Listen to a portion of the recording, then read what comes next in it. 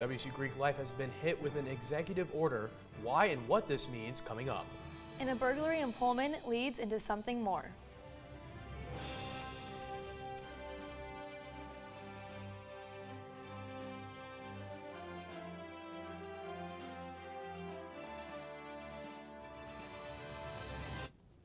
Hello, I'm Gunnar Miller. And I'm Madeline Mullins. This is Murrow News 8. All of Greek Life right now at WSU is on temporary pause of all social events involving alcohol. This pause is due to a large increase in medical transportation calls in the community relating to substance abuse at social events. This pause will be in effect until Infraternity Council and Panhellenic Executive Councils feel that its adequate and actionable plan has been implemented. Our reporter Jose is outside Delta where an emergency call was put out early morning on Friday. Washington State's Interfraternal Council sent out an email last night to all of its Greek members explaining that all Greek social events, especially those dealing with alcohol, are on a temporary ban. This also includes planned and sponsored events. This comes from a direct result to the increased number of calls and transportation coming from the community related to substance abuse. Just last Friday, Delta got an emergency call from about a female who was found unconscious. I have no further updates on that. All of this is to prevent incidents like this from happening. The ban on these social events is undetermined at the moment. All of this is just to prevent a repeated event that happened in 2019 where a frat member was found dead. A sorority president stated to her chapter, "There's a worry that Greek life is on the path to lose a member of the community again." From Greek Row, I'm Jose, Murrow News 8. Two Pullman area residents have been arrested on multiple charges after they were allegedly found with hundreds of fentanyl pills. Officers obtained and executed a search warrant at the suspect's residence just outside of Pullman on Airport Road Friday night. Police say they located over 200 fentanyl pills and along with scales and packaging materials. 52-year-old Chester Pittner and 37-year-old Teresa Halverson were arrested on a variety of charges. The Whitman County Sheriff's Office arrested the Pullman PD with the case. The Washington State University chapter of American Association of University Professors has released their response letter to the original Time for a Change on Friday. They are supporting most of the concerns that WSU faculty have expressed. The committee says that WSU Board of Regents has failed to take charge when past presidents were unable to function for whatever reason. The president of the committee, John Hegland, said, "I think we're more concerned with less with who's running the university and more with how the university is run." Instead, the committee is calling for a hiring and pay freeze for all the administrative posts at the dean level and higher. Voting for the Graduate and Professional Student Association Executive Board are happening this week on Monday. Candidates for president, vice president, and college representatives participated in a debate. The candidates talked about their goals if they were to win, which included organizing a Coug Day for graduate students, securing access to the food pantry, and advocating for the lives of graduate students. The elections close on Friday. Today is the last day to vote for ASWSU elections. The ballot has elections for open ASWSU Senate positions, which include president, vice president, and a vote on whether to raise the cost of the Chinook undergraduate fee. You can cast your vote at studentvote.wsu.edu. Retiring Moscow Police Chief James Fry has announced that he is running as an independent for the Latah County Sheriff position. Fry's campaign says that he is a part of the Republican Party, but with him choosing to run as an independent, he is avoiding the confliction of a Republican primary in May. This year, every seat in the Idaho State Legislature is up for grabs. The local U.S. House seat is filled by a current Republican, but is up for vote this year. Candidate filing can be done at the county clerk's office in Moscow and will be open until 5 p.m. on March 15th. Washington State Patrol will be conducting emphasis patrols for spring break travel. The emphasis will be on driving too fast for conditions, distracted driving, and other collisions causing actions. District troopers in Spokane, Whitman, Adams, Kickatas, and Grant counties will focus on these offenses. A birthing center is closing in Colfax. We'll let you know why. And there will be movies in the park in Pullman over the summer. Find out how you can affect which ones they'll play.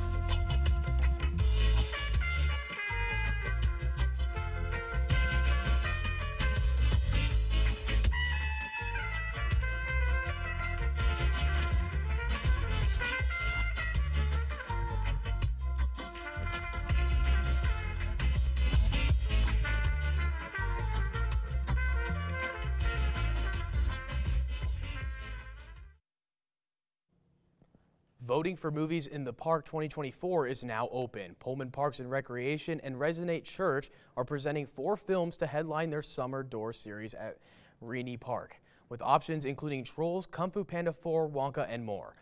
The survey closes at 3 p.m. on March 22nd, and voters are encouraged to select their top 6 favorites. The voting form can be found on PullmanRadio.com.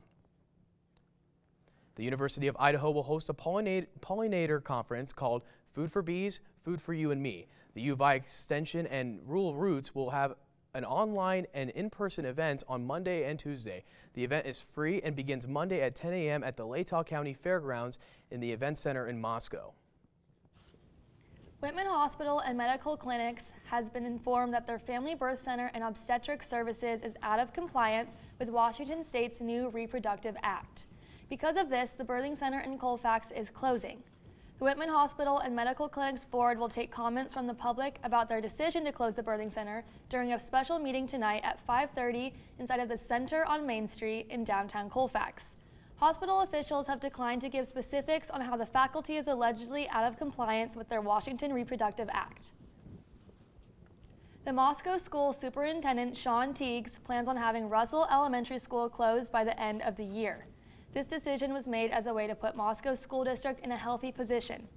Teagues will be hosting an open house regarding the school closure on March 18th at Moscow Middle School starting at 7 p.m.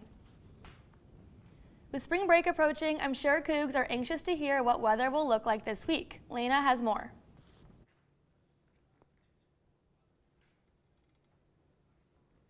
Today is looking a lot better than the first couple days of March. As you can see, we've got a high of 40 and a low of 22. So it's definitely a lot better than the first couple days where we were experiencing some snow and rain and hail. So today is very sunny. Tomorrow is very similar weather with a high of 41 and a low of 24. So if you are planning on going to the basketball game tomorrow, the Apple Cup, you can walk there if you'd like. It's going to be nicer weather. Across the state, it is very similar to Pullman. It is all sunny. Over on the west side, they're experiencing mid-40s today. Looking at the pass, we don't have the temperatures, but they are sunny the next 3 days. So if you are planning on traveling on Friday, you're good to go. Saturday, I would be a little bit more wary since there is a chance of snow and it will be rainy on the pass. So that's to look out for if you are traveling home for spring break. The middle of the state is closer to the 50s, so they're experiencing more of that spring weather. And then Spokane is very similar to Pullman today. And then the rest of the week, the weather is not looking as great as it was today and tomorrow. If you are planning on going to the baseball game this weekend, I would say go Friday rather than Saturday or Sunday, since Saturday there will be rain and snow. Sunday it'll be cloudy, and Friday you'll still have a little bit of that sun, so it will be really nice. And that's it for the rest of the week. Back to you guys at the desk. Well, we have some breaking news in Eastern Washington this afternoon after Jamie M. Fields walked away from medical treatment. He faces charges related to a drive-by shooting in Whitman County. He got off due to pleading insanity. He may be heading back to Pullman, Colfax area. After the break, you'll find out which new football coach is joining the team. And which Cougs received media awards this week and for what? Coming up next on Murrow News 8.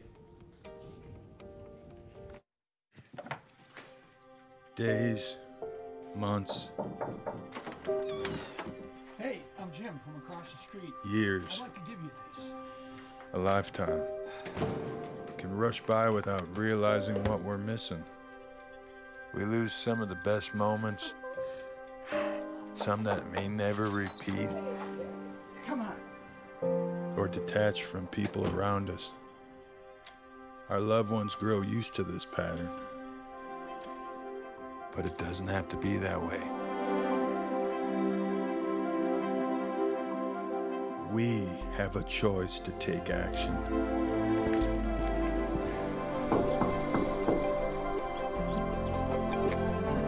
It's never too late to live a full life again. Hear how many of us Vietnam veterans have managed our mental health and reconnected with our families. Visit maketheconnection.net to find out more. Washington State head football coach Jake Dicker announced on Tuesday that Alan Brown will be the Cougars' cornerback coach. Dicker is excited to add Brown to the staff and all of the experience with coaching that he brings. Dicker is also excited to bring Brown back home to Washington. WSU football team will begin spring practice on March 26th, the first of 15 practice dates that conclude April 27th with the annual Crimson and Gray game at Giesa Field. Scrimmages will be open to the public. Washington State women's basketball had senior Charlie Sledger-Walker and freshman Eleonora Villa each pick up their second Pac-12 conference honor today. Bella Murakatete also picked up her second All-Pac-12 honorable mention. Ledger-Walker earned All-Pac-12 selection for the fourth time in her career, while Villa earned All-Pac-12 freshman team selection. Both Ledger and Villa also earned all-conference selections from the Pac-12 coaches on Tuesday. Washington State swimming sophomores Dory Hathazi and Emily Lundgren are headed back to the NCAA championship. The sophomore duo are the first set of Cougar teammates to qualify for the NCAA championship in back-to-back seasons in program history. Maria left The Bachelor Monday night after Joey chose Rachel instead. And let me tell you, we have some thoughts. More after the break.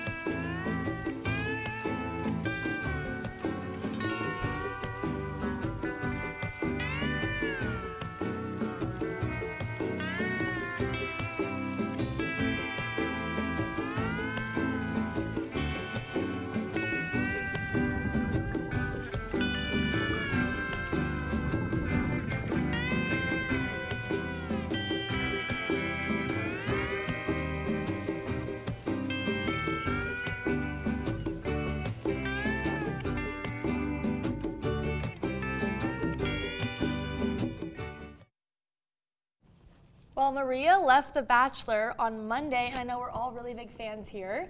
So what are your thoughts on that? Yeah, I honestly thought Maria was going to be in the top two. I was a little surprised. Honestly, she didn't really help herself in the episode, I feel like.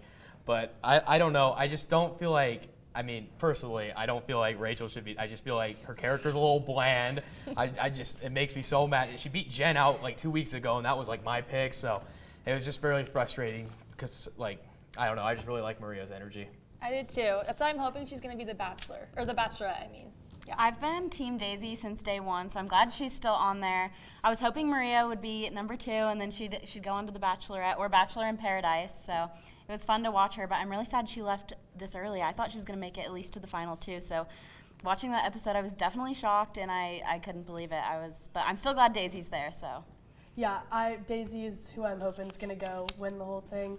But I was also not happy that Rachel's still there. Not my favorite person. And